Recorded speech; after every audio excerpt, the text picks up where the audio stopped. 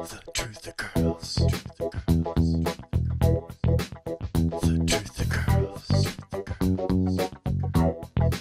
The truth occurs. Isabel Ramirez Guardia, who's a lawyer from Venezuela, now living in Canada, giving us tips on how to not beat the system, but know the system a little better so that we don't get the short end of the stick.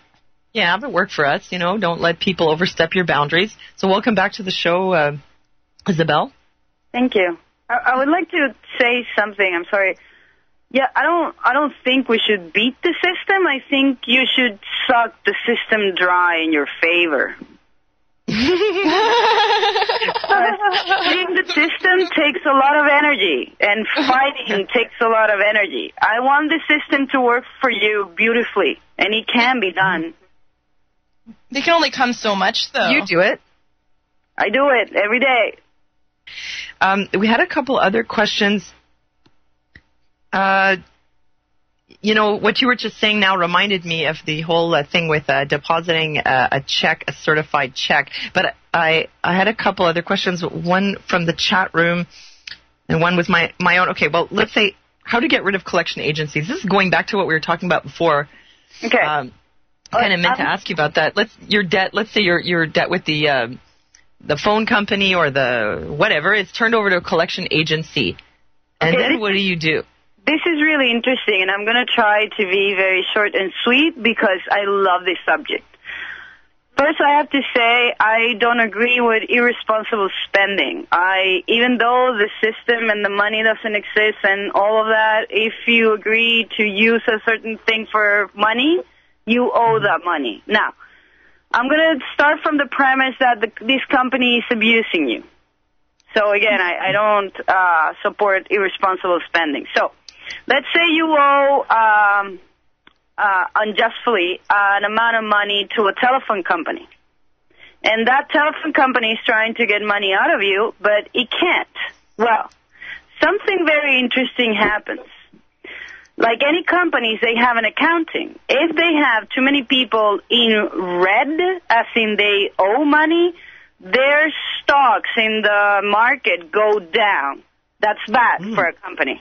Because they're losing money. So what do companies do? They sell that debt. Meaning, you no longer owe the telephone company because that debt was paid by a third party. You don't owe them anymore. So No. it's kind of good if they turn it to the collection agency because there's a remedy for that too. And sorry, go ahead. You have to be careful, though, because sometimes collections agency act on behalf of the telephone or whatever company. It's not always that they sell the debt. Sometimes they just transfer the action, let's say.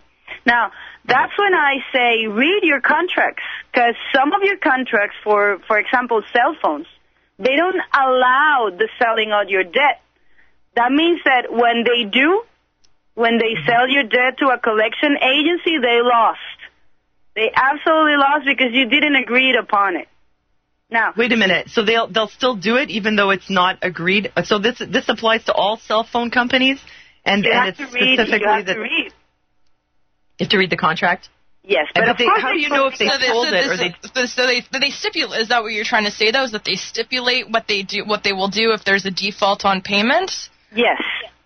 Okay. And how do you know if they sold your debt or they just transferred it? Well, that's a tricky part because the way this happened to me, I'm actually talking out of experience. My signature was forged, believe it or not, and my credit card was used for a cell phone. So I ended up having thousands of dollars in debt for a cell phone that I never had or never used. So I fought it to the end. And this is with a cell phone company. And I immediately called the cell phone company and say, I oppose to your bill. I don't have this phone. This is not me. I oppose now. You have to prove to me.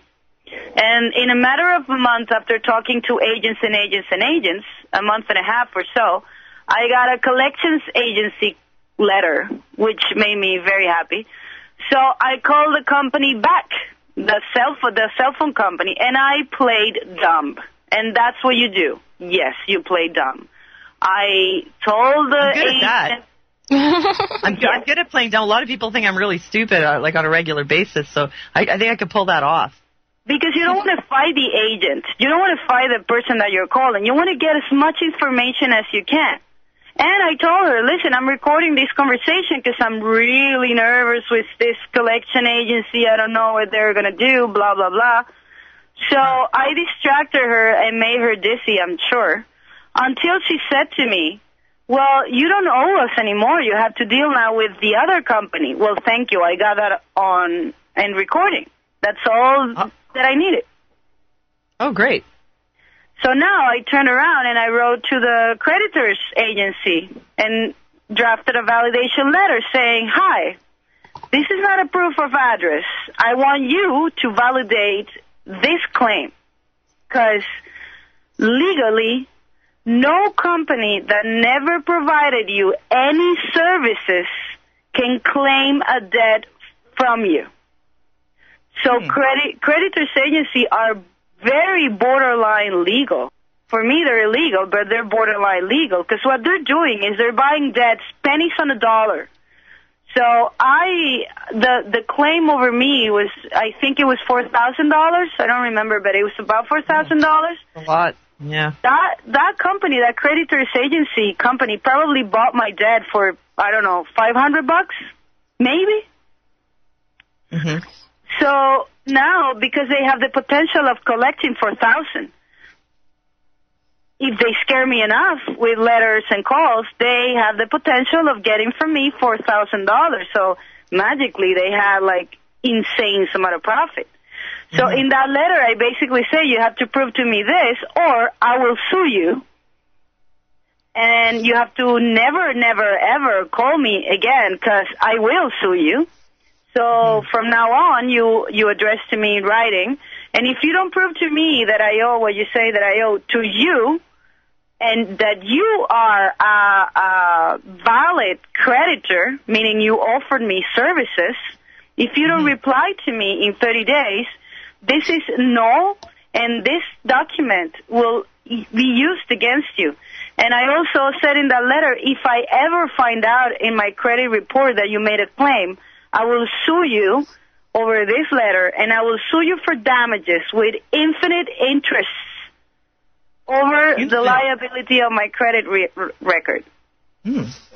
Infinite interest. Yeah. That ought to kind of scare them a little, I think. Well, that's what it did to you and to me. But everything so what that ended up happening with your bill? Did they drop it? Absolutely. I never heard back from them. Ever. So you just wrote them a letter and that was the end of it? Absolutely. Good. That's good to know. So while we're talking about cell phones, somebody else in the chat room asked a question. Oh, let me just check if anyone is calling. The number is 402-237-2525. That's 402-237-2525 if you have any questions for Isabel. Somebody asked, is it possible to get out of a cell phone contract without paying a lot of money to break the contract? I would imagine not, because it's actually a contract. Well, yes, you can. You can always negotiate your way out, for sure. Oh. It is an agreement, and agreements are flexible. How can you negotiate with them that you want out without paying them? Because you said before you can negotiate for a lower interest rate, because they don't want to lose their client. But if you're saying, I'm leaving, then what would be their incentive to not charge you for breaking your contract? Their incentive is always getting more money. So let's say that your contract limits you in transferring your cell phone, say. Because the other thing you can do is transfer selling your contract, right? Because you can. You can sell your contract. I've seen people do that over Craigslist, selling their cell phone. You sell your contract, and when you sell your contract, you call the company and just the first name on that contract, you change it. Because all they want is money. So always think about that. You call an agent and say, this is what's going to happen. I'm never, ever, ever going to use this cell phone again. I'm going to turn it off right now. So whatever you're charging me, I'm either going to pay like $5 a month because I'm not using the phone, and everything that we'd agreed upon I'm basically abandoning, or you let me get out of my contract. And then I will transfer the contract. I will give you the contract back so you can sell it to somebody else. Offer an acceptance. You're just counter-offering what because you have the unlimited ability to counter offer, and you're just giving them something, and if they don't like it, then that's their problem, right? And they have to renegotiate. They cannot, now when you offer that, you stated that you will never, ever, ever use that cell phone. So for them, it's a loss. And that agent that's talking to you or the manager, they're actually liable for losses. Okay, so you can make them a deal saying either I will pay you this very low amount per month, or you allow for me to arrange to sell my contract to someone else, and then you'll make more money. So there's another question here, speaking of that. Stanton Can wants to know, if you're on disability and you owe a bill, for example, cable, if they threaten to take you to court, can you win it because you're protected on disability? As in, if your financial situation changes because you've had an accident and you're no longer able to uphold these contracts that you've made with various service providers, is there a way that you can get out of it, or can they take you to court and extract those funds from you? That you could sell your contract, I would imagine. Well, this is the thing. I'm sorry to use a Latin phrase, but it's called rebus sic stantibus. That means as things stay the way they are. When you and I sign a contract, and the premise that everything will stay the way it is. Now, if I have an accident and it changes basically my situation, that affects this contract. But it'll affect it only if I claim it. If you're in disability and you owe a company, my suggestion will be call them right away and renegotiate your contract and state very firmly your intention to pay. Because, again, and I know it sounds silly, but intention is very important in the law because you are before the law. The law exists because of you. So whatever you intend, if you honor your intention to pay, they cannot go after you under criminal intent. And but now to you pay the original amount they were charging per month, or to renegotiate a lower amount? Renegotiate a lower amount immediately. If your situation change, don't wait for it because it will get worse. So you renegotiate. What about loss of employment, though? Like, could any kind of circumstance allow you to renegotiate? Except if it's a luxury item like cable. Okay, but we were talking about cable.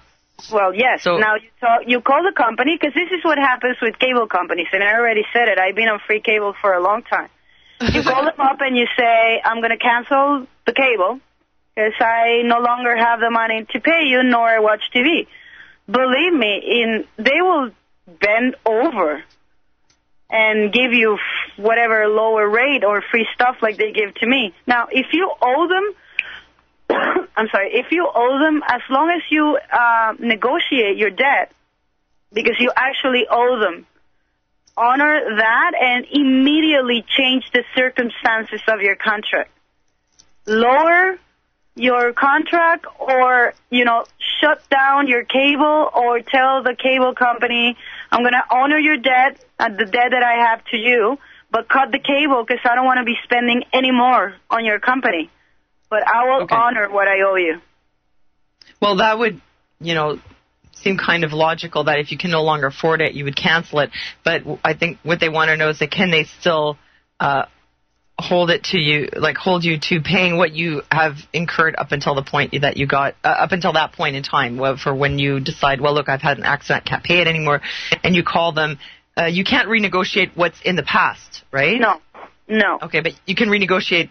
Going forward, I will pay a lower rate or I will cancel. Yes. Okay, and being on disability, well, my husband has been disabled for a very long time, and I can tell you don't get any special privileges because you're in a wheelchair or anything. As far as they're concerned, you ask for this service. They don't care if you're walking on 2 legs or 3 legs or no legs. You agree to it, and that was the deal. I mean, otherwise that would be some kind of special discrimination, wouldn't it? Yeah, that's not bad, actually. That's because in that principle, I wish all of us were that equal, and I wish that would apply to politicians and celebrities and stuff, but it should be like that. It shouldn't matter if you're in a wheelchair or not, because you're just as human being as I am. Mm-hmm. And somebody else wants to know, my insurance company gave me back my $1,000 deductible after I had an accident over a year ago. Now they want it back. Am I required to give it back? I don't really know what a deductible is, but Would this person can an insurance company reclaim it? I would need to know why do they want it back. Okay, I'll have to ask him that. Because everything that they give, everything that a corporation gives you, it involves an administrative right. So if they claim it back, they have to explain why. And say it was an administrative error, somebody made a typo and gave you an extra $1,000. Mm-hmm. Well, yeah, you have to give it back because they're not originally yours, but the limit is the limit of the error. If the error was 1,000, you only have to give back 1,000. But again, please, negotiate everything you do in your daily life. If you go to an ice cream parlor and they're going to charge you $25 for an ice cream, what would you say? Well, I just wouldn't go there. I mean, there are places where you practically pay $25 for an ice cream. Yeah, but if the price was not in front of you, and you know that you can tell the guy here, have your ice cream back, you're crazy, right? Mm-hmm. The same thing is with any corporation and any service that you have. Your telephone company, and by the way, this applies to the government too, because they are limited by the law and you are not. And you should treat them, you should stand on your power and treat them like that, very respectfully, because they're still an equal to you. Mm-hmm. They're not over you. We tend to be overwhelmed by this bombarding of information and completely forget that you are in control of everything you do, and you are agreeing upon things that you might not agree if you knew. When we say that we pay way too much for a cell phone, well, don't agree to that. Really, do your research. Talk to the company. Talk to the cheapest company and tell them, what can you do for me that I like?